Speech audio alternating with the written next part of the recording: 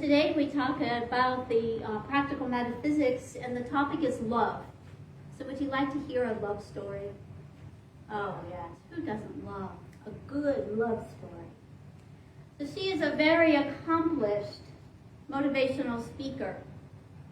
She shares her story of overcoming, because as a child she had very severe burns that left her body scarred. Those scars healed in time, and they were only visible to herself. She was blessed with a beautiful mother who told her and taught her that beauty comes from within. And she is indeed a beautiful person, both inside and out. She's preparing for her talk, and she's in a hotel room. And she has the television on for background sound. And she hears a gentleman speaking. And she listens to his words. And she's so engaged that she sits on the end of her bed to listen more. And she says, wow, I sure wish that I could find a man like that for my life. He, also an accomplished motivational speaker and a best-selling author, was that guest on the Phil Donahue show that morning in 1985. He too had a story of overcoming. He was sharing his book on overcoming agoraphobia. He shared his process, and more than that, he shared his cell phone number in every book, because he wanted people in need to be able to reach him any day, any time. He too is a very handsome man, both inside and out. They both went on about their way until the day came and he, president of the North Texas Speakers Association, is making calls to engage people who are members but not active. Her phone rings and she answers it. And they agree to schedule a time to meet to talk about how she might be more engaged. The appointed day arrives, and a knock at her door, and she opens the door, and there stands the man from the Phil Donahue show. She's speechless. So after a few awkward moments and introductions, they agree to a date. And then another, and then another, and then another. And in their time of dating, they find that they both attended the same church all this time, a unity church, but at different service times. So they've come together in that commonality.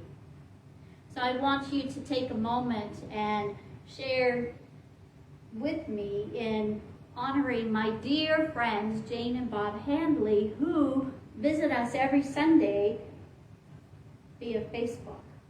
And they have been together in marriage for 35 years. Whoa. Yes. An amazing love story, not? It's one of my all-time favorite love stories. And it's a beautiful and wonderful story about that emotion of love, that attraction of one human to another. And it's even more powerful when we recognize that love is so much more than that. Love is a power that moves in our universe. It's a power that we all have, a power that's within them. They use that power of love to overcome adversity and to find each other. From what started out as worlds apart into being in the same town. And Charles Fillmore, Unity co-founder, describes love as the pure essence of being. It's the most beautiful attribute of God, he says. Of all of God's attributes, love is the most beautiful. And in divine mind, notice it's divine mind, love is that power that binds together all of humanity. That we are connected one to another. We cannot be separate. No matter where on the planet we live, no matter how we believe, or how we live, or the color of our skin, we cannot be separate. It's that power of love that unites us. He said also that divine love is impersonal. Divine love doesn't care about who or what it loves, nor does divine love care about being loved in return. It loves for the pure joy of loving, just as the sun shines for the pure joy of shining. Love is that amazing quality that sees only good. Not good and, but only good. Love sees good until that quality emerges. Have you heard it said that, people are blinded by love? When we engage that power of love fully and completely, we're only seeing the good in people. We're only seeing the good in life. Love is what harmonizes and heals us. So whenever we call on God for healing, be it relationships or physical healing, emotional healing, we're calling on that power of love. We're calling on that ability. Love brings to us, through that spiritual law of attraction, all that we need to co-create our life with God and with each other. You see, love is a mighty power. It's an awfully mighty power in our world. And Eric Butterworth says, love is an inner power, not an object. He also says that our greatest need is not to be loved. Surprise. Our greatest need is not to be loved. Our greatest need is to love, is to give love and to share love. That is our greatest need. And in 1 John, we hear that God is love. Not that God is loving, but God is love. Pure, full, complete love. God is that presence within each and every one of us. So each and every one of us are that love. And we are created in that image and likeness of God. So we have to be loved. We have to be that which we are created in. And when we look within ourselves, we can find that love. We don't have to look out in the world.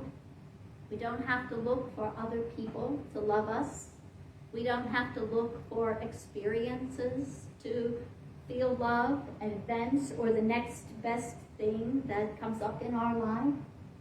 We can experience that love not as a commodity, but as a way of being. We can search for other people to love us. We often do with parents, our families, siblings. We look to our churches for love. We look to life partners for love. And yet, when those conditions of love are breached, and that love fades away or is lost, we can feel unloved, unworthy.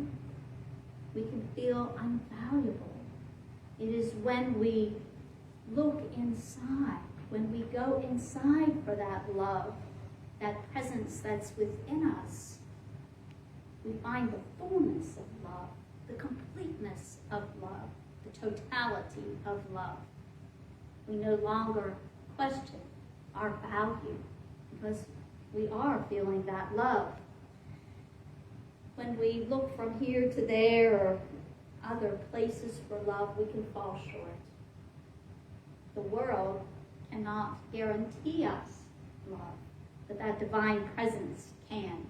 When we look inward, we find that love because that's our essence of being. That's who and what we are.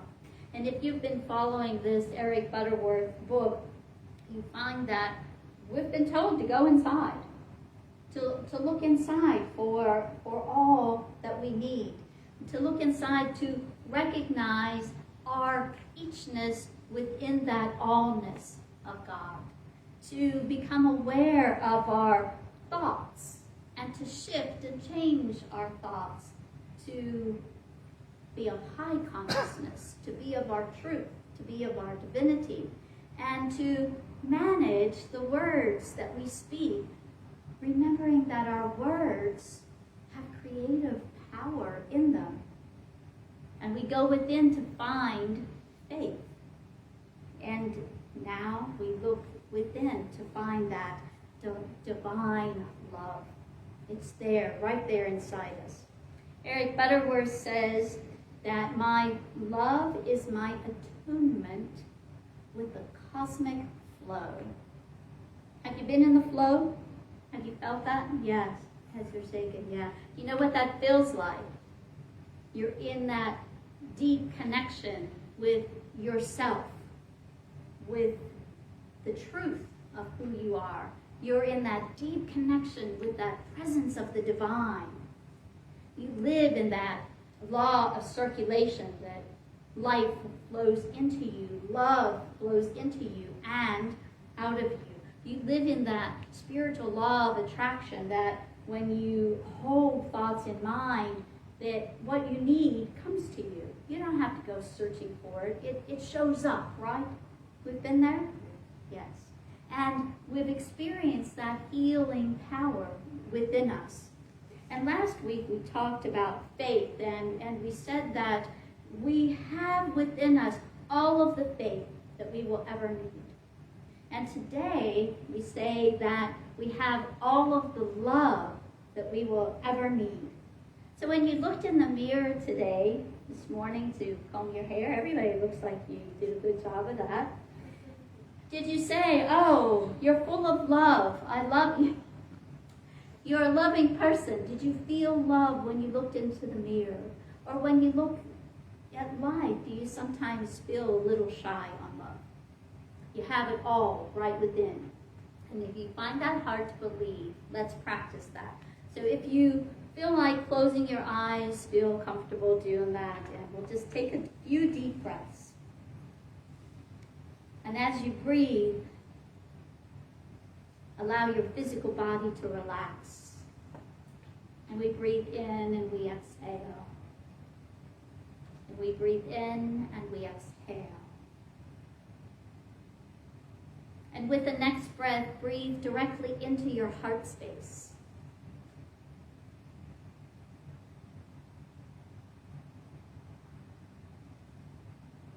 And breathe in again directly to your heart space. And feel that which moves in you as love. Feel that within you that flows as love. Allow love to move within and fill your heart to overflowing.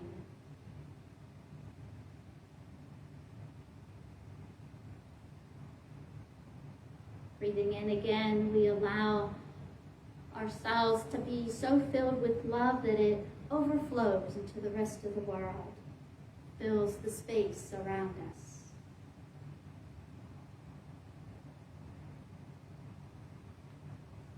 And when you feel love is your presence, love is the beingness of who you are, I invite you to open your eyes and be present to that love.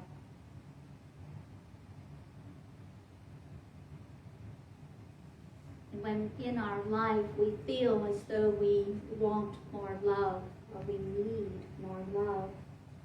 We can simply be more loving. As we give love, as we allow love to grow in us, to move as us, it flows from us. So allow that love to be you. In Acts 17, it says, God intended that they would seek God and perhaps reach for God and find God not far from them. For God, in God we live and move and have our being. As some of your poets have said, we are his offspring, being part of that God. When we're living our truth, when we're living who we really are, we're living in love, regardless of what the world looks like. Because it could look pretty messy out there. It could look pretty chaotic out there. And we're told to love our neighbors. Have you heard it said that hate the sin, but love the sinner? I don't read that anywhere in the Bible. Love one another is spoken many times in the New Testament. Love one another. We hear it over and over again from Jesus. Jesus' entire ministry was about loving one another. It says nothing more than to love one another. In Matthew 7, it says, do not judge, or you too will be judged.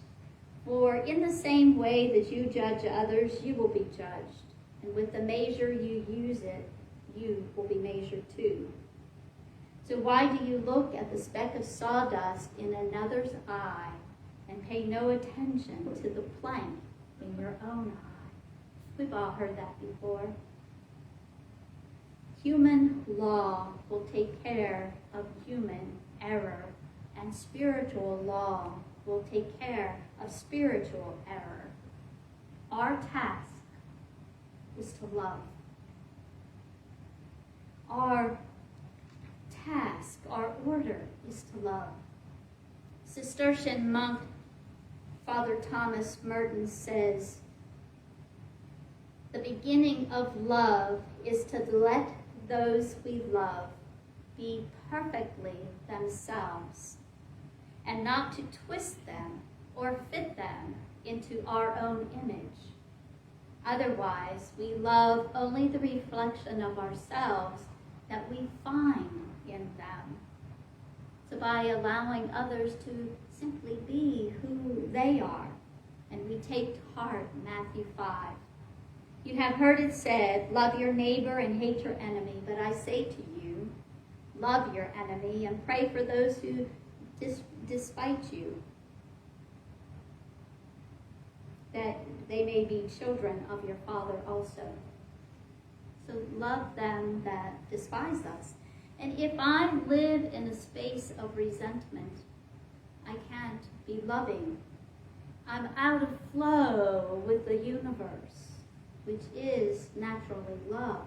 I'm out of flow with my own truth. I'm out of flow of what we speak in our unity principles, that we all have that spark of divinity. I'm out of flow with that. I'm in resistance. And Eric Butterworth says, you can't enjoy good health and hold others as your enemy. You can't enjoy peace of mind and hold anger towards others. You can't have peace of your heart in your heart and hold hatred for another person. Love and hate are opposing. Peace and discord don't coexist. We choose one or the other. And while in my human self I may see and hear reasons for disliking or even hating another person, our spiritual nature calls us to remember our oneness, to remember that we are all part of that same source, that wonderful source that is love. We are all part of that. And loving another does not say what you did was okay. Loving another doesn't say what you did is without consequence, but it's not my job to settle the score. It's not my job to right any wrongs. My job is to love. My job is to love others, regardless. I choose to look, it said, in that divine love says, I choose to look at you with eyes of love, regardless of how you show up today. That's a big task on any given day. Even with the words that you have spoken, I choose to look at you with love. Now that might mean that I have to clean those God goggles, I have to readjust them for a different vision, that I have to settle myself, because I'm living this human experience too. But it says that I know that however you're showing up today, I know that you have that spark of divinity, because I know that I have that spark of divinity. Regardless of what words you use today, I know you are divine, because I know that I am divine. Is this not how God looks at us? So we adjust our vision, we adjust our view, and we look with eyes of love. Now, you have heard me end meditations or end my lessons with Namaste, and Eric Butterworth touches on that. Namaste says that my soul honors your soul. I honor that place in you where the entirety of the universe resides. I honor the peace, the love, the joy, the beauty, and the little bit of craziness. I honor all that you are. And when we do that, we acknowledge our oneness. We acknowledge that we are the same. So I close today with you. Namaste. Namaste. Yes. And so now we go out into our world this week. And what do? We love one another. Yes. Namaste. Namaste.